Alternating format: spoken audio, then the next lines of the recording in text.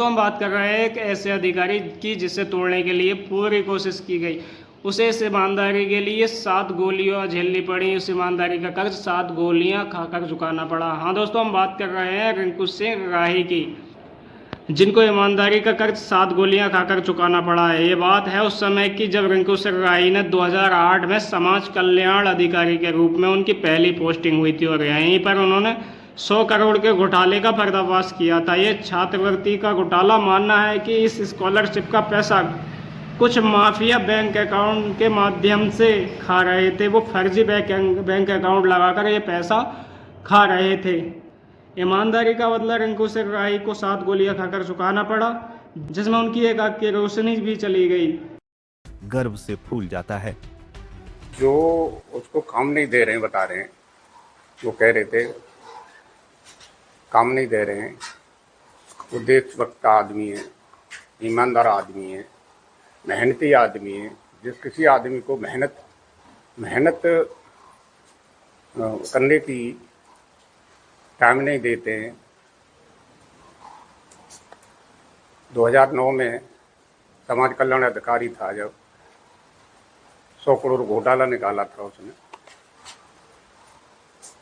मुजफ्फरनगर में। उसकी एक आंख चली गई, जबड़ा चला गया और फिर भी हिम्मत नहीं हारी। 2023 में IAS निकाली उसने। मेहनत, देखिए, मेहनत, ईमानदारी और जज्बा तो है ही है उसमें। हमें गर्व है उस पर कि जो निर्णय लेता है वो देश हित में ही लेता है। मेरा मकान देख लीजिए, हमारी जो चक्की की मेहनत है उसी की पलस्तर है, उसी का सब कुछ है।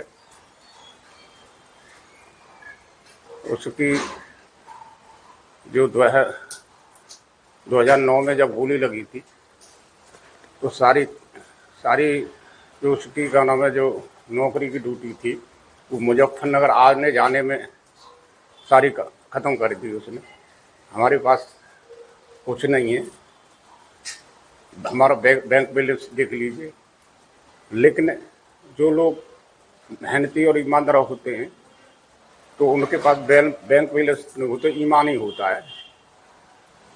और जो देश हित में जो होते हैं, जो देशभक्त होते हैं, वो सही निर्णय लेंगे। आयोग भी सही निर्णय लेगा। इस्तीफा लिखने से पहले वार्तालाप राष्ट्रपति जी सही निर्णय लेंगे। हमें राष्ट्रपति जी सही निर्णय लेंगे। आई थिंक जब उन्होंने मेहनत की है तो अकॉर्डिंग टू मी उन्होंने सही किया है, क्योंकि एक IAS अधिकारी की जो पोस्ट होती है उसके अकॉर्डिंग उसे वर्क मिलना चाहिए, चाहे वो फील्ड का हो या कुछ भी हो। और इतना मैं जानती हूँ कि वो लायबल है इस चीज़ के लिए। जो एक इंसान 7 गोलीज खा के भी अपने हित के लिए, अपने परिवार के चिंता ना करते हुए वो इसे कर सकता है, तो अकॉर्डिंग टू मी उसे ये पोस्ट मिलनी चाहिए। और इस टाइम जो माहौल है घर का वो तो आप देख ही रहे हैं कि क्या है, क्योंकि एक फादर और मदर साथ में जो फैमिली सफ़र करती है अपने बच्चे के लिए, स्टडी में, हर चीज़ में, वो कैसे क्या मैनेज करती है वो तो आप सभी जानते हैं। जब वो शाहजहाँपुर वाली घटना हुई उसके बाद अटैच कर दिया गया लखनऊ में, उसके बाद घर पे कभी आना जाना हुआ हो कौन से बात, तो क्या कहते थे जी? घर पे वो आते थे लेकिन ऐसे कोई डिस्कशन उन्होंने नहीं किया, क्योंकि अपनी चीज़ें उन्होंने ज़्यादातर अपने तक ही सीमित रखी हैं। फैमिली को उन्होंने इसलिए नहीं परेशान किया कि शायद सब परेशान होंगे, कुछ बताएंगे, तो बहुत सी चीज़ें उनकी ये भी, क्योंकि वो कभी भी किसी को परेशान नहीं करना चाहते हैं। He is very honest man. वैसे फील्ड को लेके क्या कहते थे? फील्ड को लेके उनका यही है कि वो समाज की सेवा करना चाहते हैं, तो आई थिंक उन्हें ये चीज़ मौका मिलना चाहिए। जब 36 घंटे में ही छिन गई थी कुर्सी। ये विवाद शुरू हुआ जुलाई 2025 में। शाहजहांपुर के पोवैया तहसील में SDM के रूप में तैनाती के महज 36 घंटे के भीतर एक ऐसी घटना हुई जिसने सब बदल दिया।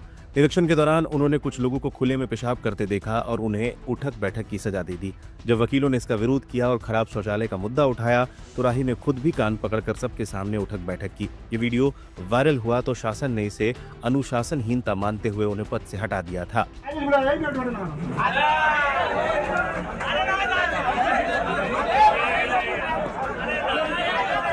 7 गोलियों का वो खौफनाक मंजर। रिंकू सिंह राही की कहानी सिर्फ विवादों की नहीं बल्कि अदम्य साहस की भी है। 2008 में जब वो पीसीएस अधिकारी के रूप में मुजफ्फरनगर में समाज कल्याण अधिकारी थे, तब उन्होंने 83 करोड़ रुपए के छात्रवृत्ति घोटाले का पर्दाफाश किया था। नतीजा 2009 में उन पर जानलेवा हमला हुआ। उनके शरीर को 7 गोलियों से छलनी कर दिया गया था। यहाँ तक कि उनके चेहरे पर भी 2 गोलियां लगी थी।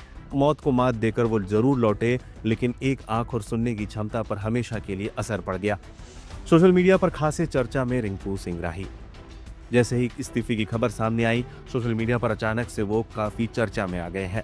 कई लोग इसमें जाति एंगल भी खोज रहे हैं और आरोप लगा रहे हैं कि दलित होने की उन्हें सजा मिल रही है। आज रिंकू सिंह राही का इस्तीफा प्रशासनिक गलियारों में कई सवाल खड़े कर रहा है। क्या सिस्टम में ईमानदार अधिकारियों के लिए जगह कम होती जा रही है, या फिर जनसेवा का जज्बा नियमों की पेचीदगियों में दम तोड़ रहा है? वजह जो भी हो, लेकिन यूपी की ब्यूरोक्रेसी ने एक ऐसा अधिकारी खो दिया है जिसने गोलियां खाई पर उसूलों से कभी समझौता नहीं किया।